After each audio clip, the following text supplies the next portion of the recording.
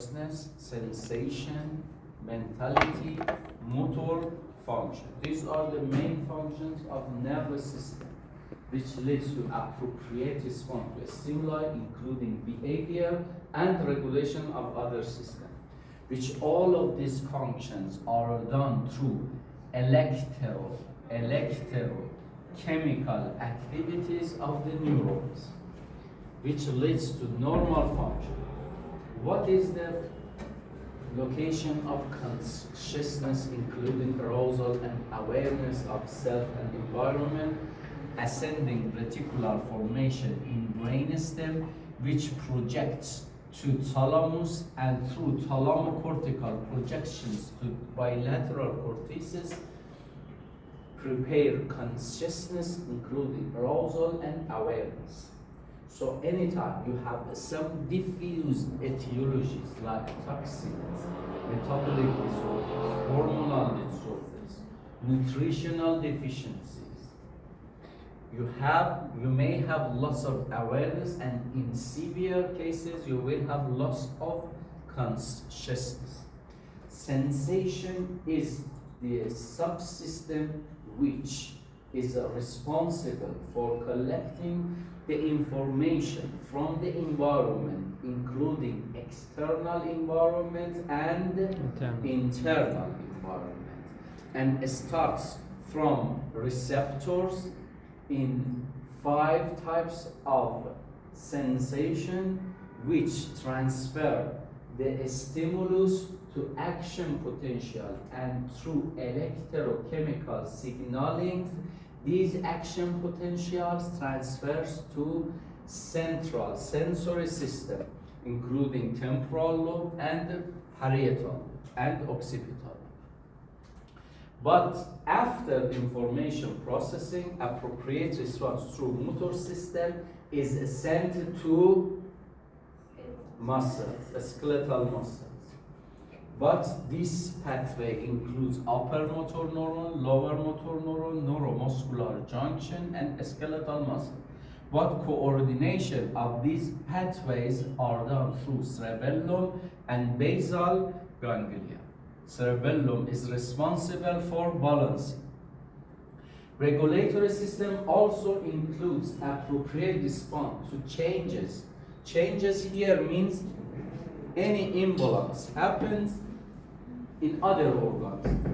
Again, these imbalance, these changes in other organs are detected, then sent to control center, and then analyzing and corrective responses are sent to the organ through autonomic nervous system, and corrective responses correct the changes. This we call it regulatory function, and this is very important. It means that any etiology which involve nervous system can also lead to abnormalities in other organs. Sometimes in meningitis, in neurodegenerative disease, you will have some dysregulatory abnormalities in other organs and systems. This is what we call it autonomic nervous system. Corrective responses to the organs are sent through autonomic nervous system, which we call it sympathetic and parasympathetic nervous system. What's the most complex parts? We are information processing, which emotions, feelings, and cognition forms in this subsystem. Psyche, mentality. Cognition has 6 main domains, including attention, learning and memory, language, perceptual motor control, social cognition, and executive function, which in these domains, information processing happens and appropriate response are sent to motor system for behavior. Complex attention means sustained attention to one stimulus till reaching to the goal and ignoring the other irrelevant stimuli. if you pay attention, if your attention is shifted to some irrelevant stimuli, we call it distraction. Stimulus are detected by sense, but by normal attention, these information are transferred to cognitive subsystem. It means that without attention, these information are not transferred to cognitive and for information processing. It means that whenever any patient has attention defects, he will have problems in memory defect. It leads to learning defect. It leads to behavioral problems. It leads to abnormality in executive function, because attention is necessary for transferring information which are collected through senses, transferred to cognitive subsystem for information processing. It's important. And in this definition, attention networks are distributed to all parts of the brain, to sensory subsystems, to occipital lobe, parietal lobe, also frontal lobe, and also temporal lobe. So attention, which you call diffuse system, is distributed all over the brain. So in etiologies which involve the brain as a whole, like toxins, metabolic disturbances, and infections, these types of etiologies can involve attention. Some symptoms which needs involvement of the brain as a whole. Focal neurological deficits are something like aphasia, paralysis, sensory loss. But attention is some symptoms, we call it diffuse symptom, because of involvement of attention as a diffuse system. Attention is like awareness. Attention is like consciousness. Learning and memory.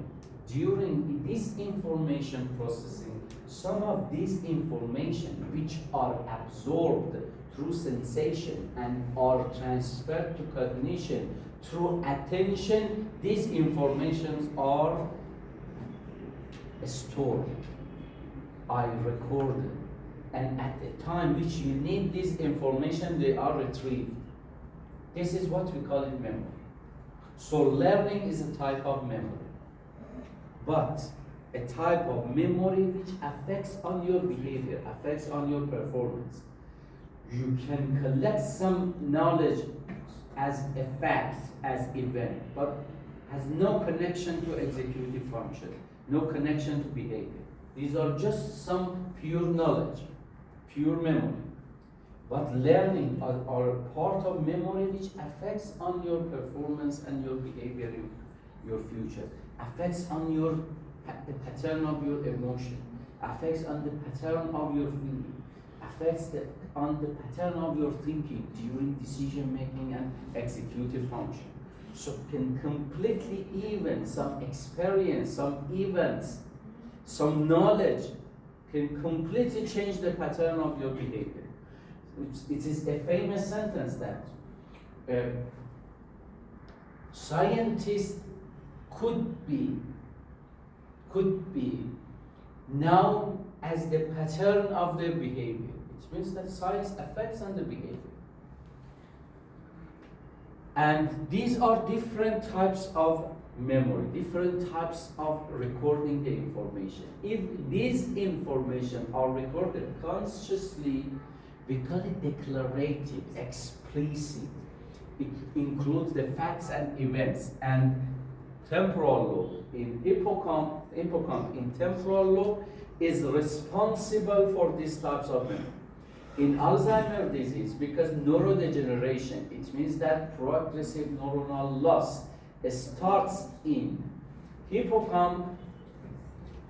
The first symptom could be memory loss, but The other type of memory, which we call it non-declarative memory, could be recorded unconsciously. And this is interesting that most of the time these types of unconscious learning relate more to behavioral networks and prefrontal lobe. That's why even unconscious learning affects on the behavior more than declarative memory. That's why I told you, if you can engage in your patient non-declarative or implicit memory, it can affect even more in comparison engaging declarative memory. This is first. And the second, for declarative or explicit memory, you need full attention and full cooperation of the patient. But in implicit, you don't need cooperation of the patient. Especially in neurodevelopmental disorder like autism, if you can engage these strategies, it can be more effective for example, neurodevelopmental problems which they have problem in cooperation and communication. And the next domain, language, as the main cognitive domain which is responsible for verbal communication, including spoken and written. It means that the sentences, first, the words and sentences are produced in Broca center in frontal lobe. But for expression, it should be connected to motor system in frontal lobe. So, production of the words and sentences in Broca, but for speaking, connect to frontal lobe, which are connected to the muscles of lips, tongue, and face, and for writing connects to the muscles of the hand. But if the words are not produced here, even in writing, you cannot write correct words and sentences. But for understanding, you hear from temporal lobe, but for understanding the meaning of the words and sentences which you have here, this understanding happens in Wernicke center. But for appropriate response, again through arcuate fasciculus, this Wernicke center again connect to Broca center for production of correct words and sentences, and this will connect again to frontal lobe. Perceptual motor control means the controlling the motor system through cognition.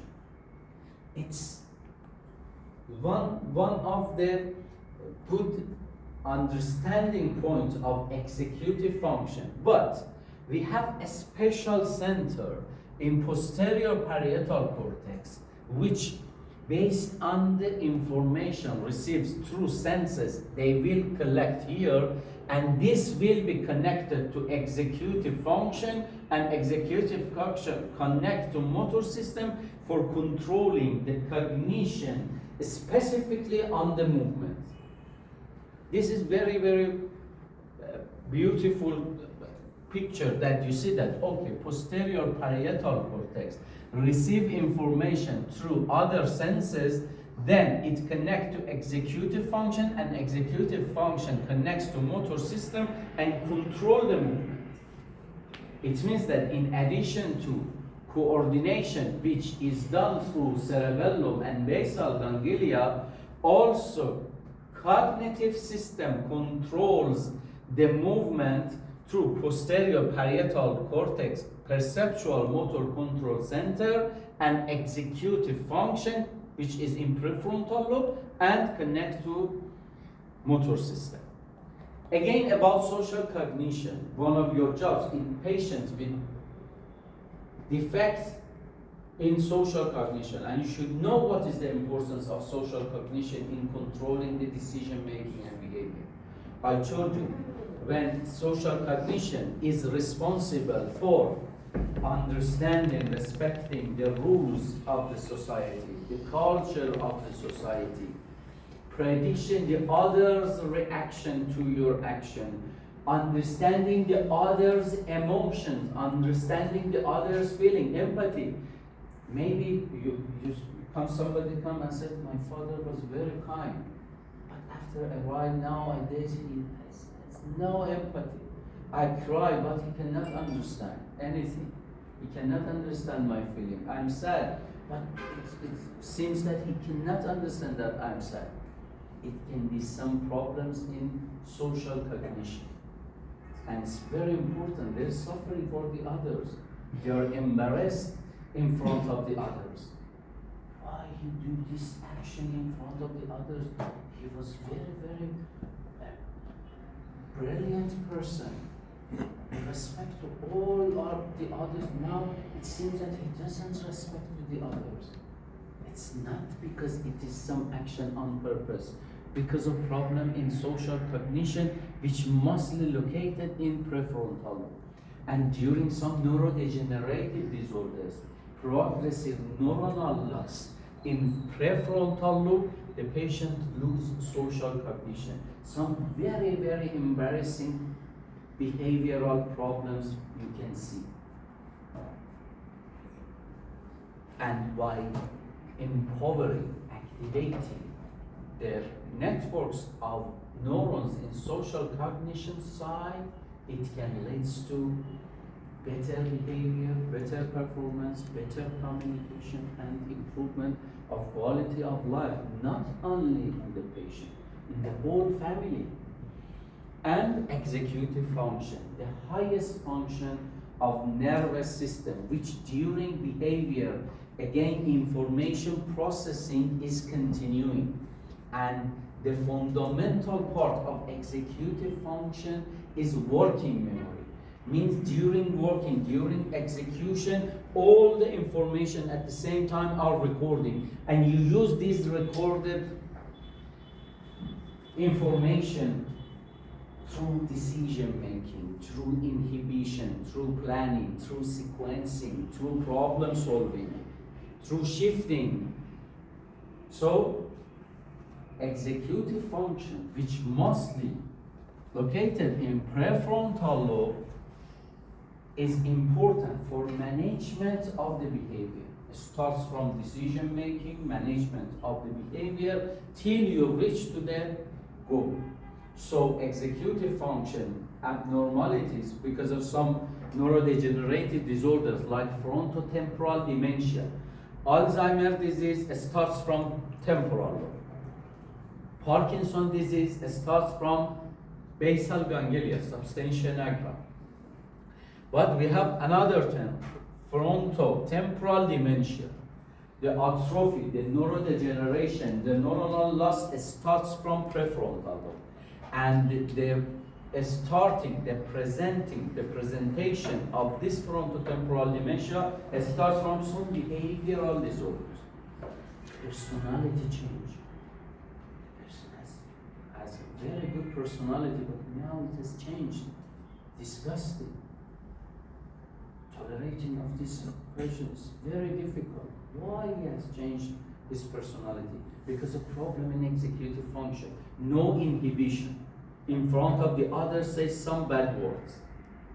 Social cognition doesn't know that using these bad words is not acceptable to use in front of the others. Social cognition, executive function, changes in personality, change of behavioral changes, behavioral abnormality. And when you listed the problem in such these domains, then we have three main categories of etiologies.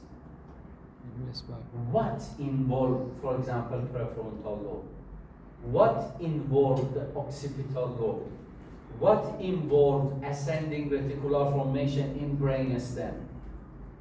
We have three types of etiologies. First, some functional changes in some networks without any structural change. Like sometimes some stressful situation makes some dysregulation of some neurotransmitters in emotional system, leads to depression without any structural change. The prognosis of the treatment intervention is good because you have preserved the structure, but the function is distant. The other types include two categories, which you have some structural disturbances, including neurodevelopmental disorders, means during neurodevelopmental period, the maturation of neural networks is happening. So you will change the structure. Some interruption happens during maturation of neurological networks. So neurodevelopmental disorders, including autism, ADHD, learning disabilities, are long life disorders because you have lost normal structure. But with some occupational therapy strategies, you can compensate some skills in the domains of function which you have lost because of this interruption.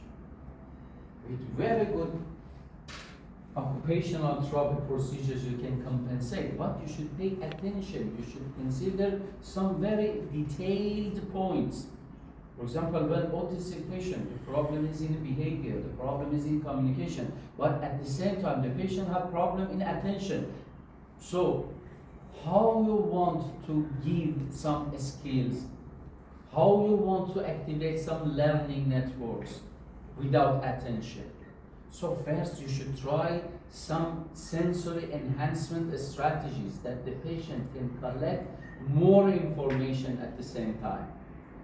And then work on attention domain, inhibiting the distraction, controlling the distraction, amplifying, boosting, empowering the sustained attention, and then work on communication skills, behavioral skills, executive function skills. In autistic patient, most of the time, the problem in the behaviors of the patient is because of not maturation of social cognition, not maturation of executive function. But for empowering this part, you need attention. This is neurophysiology. That you work all the time in executive function without considering the attention defect of the patient. And destructive causes, which you mentioned yourself in the past class. Vascular disorders, including ischemic and hemorrhagic, infectious diseases, encephalitis, meningitis, immune-mediated and inflammatory disorders like multiple sclerosis, MS, tumoral disorders, some brain tumors, neurodegenerative disorders means progressive neuronal loss, Alzheimer's disease, Parkinson's disease, frontotemporal dementia, CSF disturbance, any disturbance happens in the pathway of ventricles and CSF pathways. Because of obstruction, you will have expansion of the ventricles, which can destroy the neuronal tissues, neighborhood of the ventricles, and leads to some neurological deficit. Trauma and other physical insults, we talked about that. Some chemical toxins, we talked about that. Hormonal and metabolic and electrolyte disorders, we talked about that. Thyroid hormone, vitamin D, and also nutritional deficiencies, we talked about that, and genetic and hereditary disorders. In any neurological deficit, you should consider which etiology is responsible for all these neurological deficits.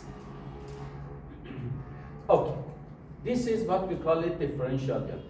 But you should know for little of parakinesis. See, all the question will be from these parts.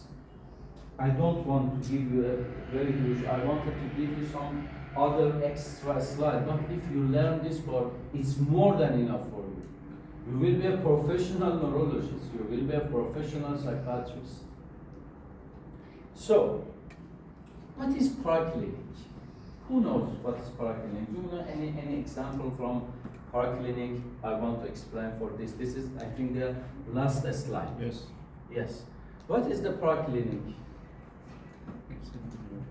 How many paraclinics you know, and what is the role of paraclinic? What time you go through paraclinic? Does any patient with any problem should have paraclinic?